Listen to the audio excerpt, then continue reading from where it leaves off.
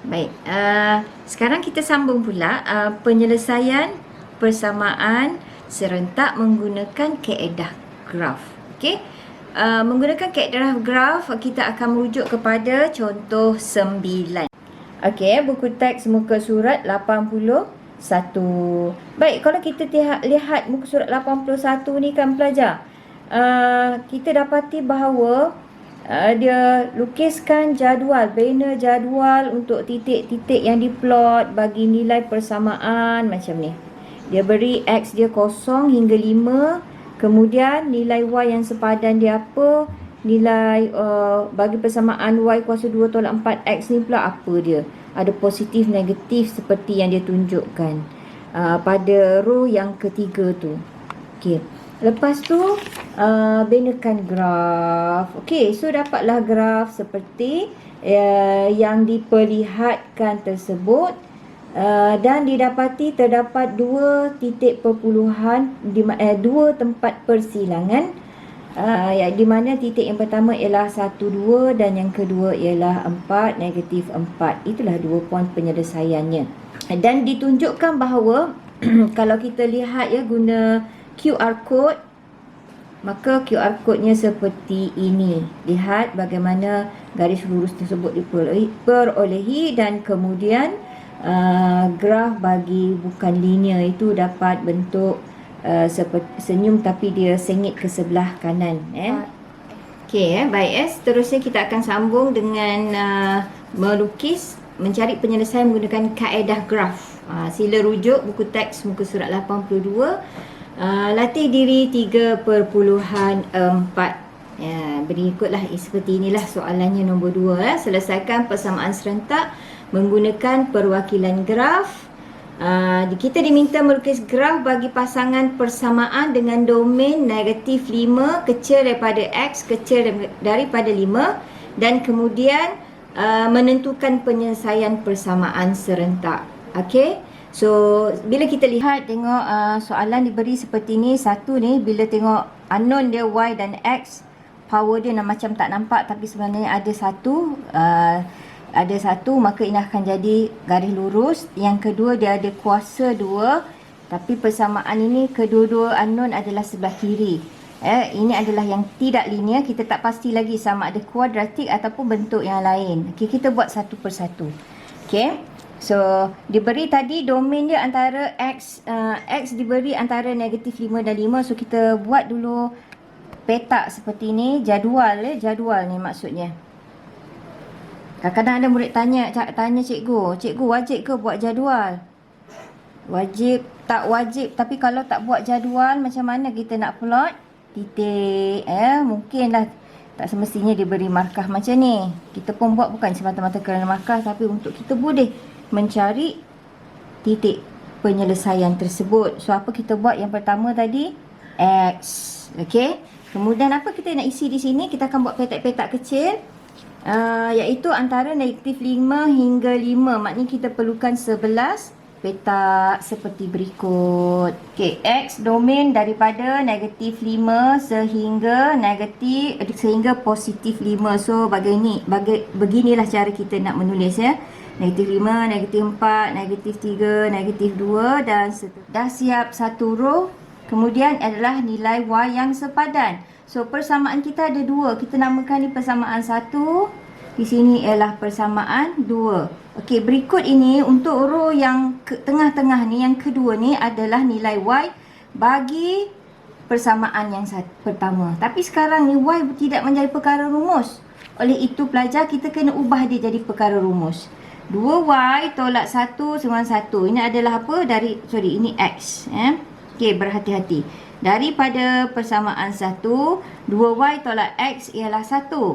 2Y ialah 1 tambah X. Y ialah 1 tambah X per 2. Okey, itu daripada 1. Ini Y yang pertama. Okey, ini Y daripada persamaan 1. Okey, yang kedua, Y yang kedua ialah Y daripada persamaan yang kedua. Sama juga, persamaan ni belum lagi ditulis Y sebagai perkara rumus. So, kita kena ubah Y. Okey, daripada persamaan 2 XY tambah X kuasa 2 ialah 26. XY ialah 26 tolak X kuasa 2. Y ialah 26 tolak X kuasa 2 per dengan X. Ataupun kita boleh mudahkan menjadi 26 per X tolak X. Kerana kedua-dua penyebut 26 per X, negatif X kuasa 2 per X menjadi X. Okey, sekarang bagaimana pula kita nak masukkan nilai bagi setiap petak ini? Baik, untuk yang pertama, cikgu akan tunjukkan beberapa figure sahaja untuk nilai domain. Selepas tu kalian boleh isikan sendiri ya. I guide you first untuk yang ini. Okey, lihat pada kalkulator cikgu kira. Okey, caranya kalau untuk Y dengan 1 tambah X per 2 kan, kita boleh jimat masa tau.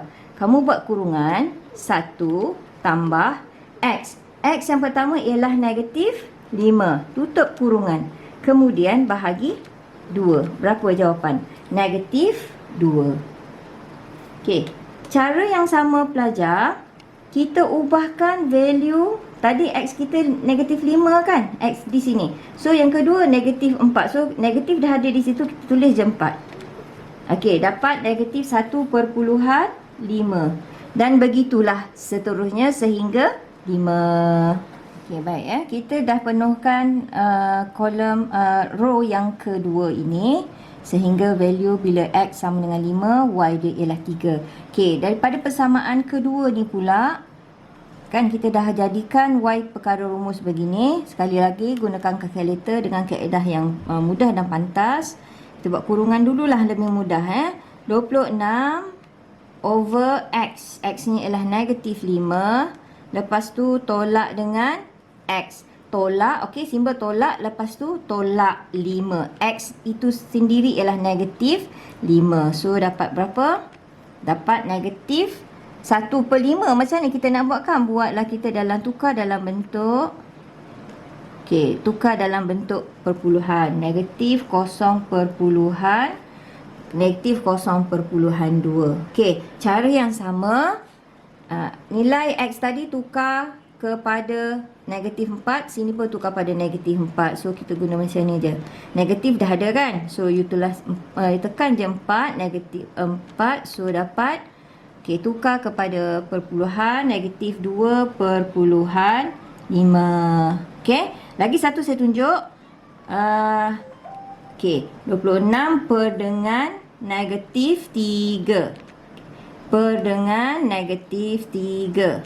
So jawapan ialah, okey, tukar kepada perpuluhan, pilih button ni, tekan je. Okey, negatif 5/6. 6 kita tukar kepada negatif 5/7. Negatif 5/7. Dan begitulah seterusnya sehingga 5.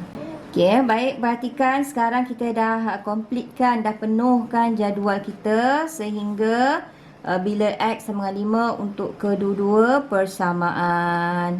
Right, seterusnya ialah lukis graf. Bila lukis graf pelajar, okey, kamu perhatikan ni graf kita. Graf kamu pilih yang 2 mm per square. So rajah dia besar sikit. Dia ada satu lagi tau pelajar, dia macam ni. 1 mm per square. Untuk SPM kita akan guna yang depan ni. Yang ini petak dia kecil-kecil. Yang ni petak dia lebih besar sedikit. So kita guna yang ini. Jangan silap. Baik.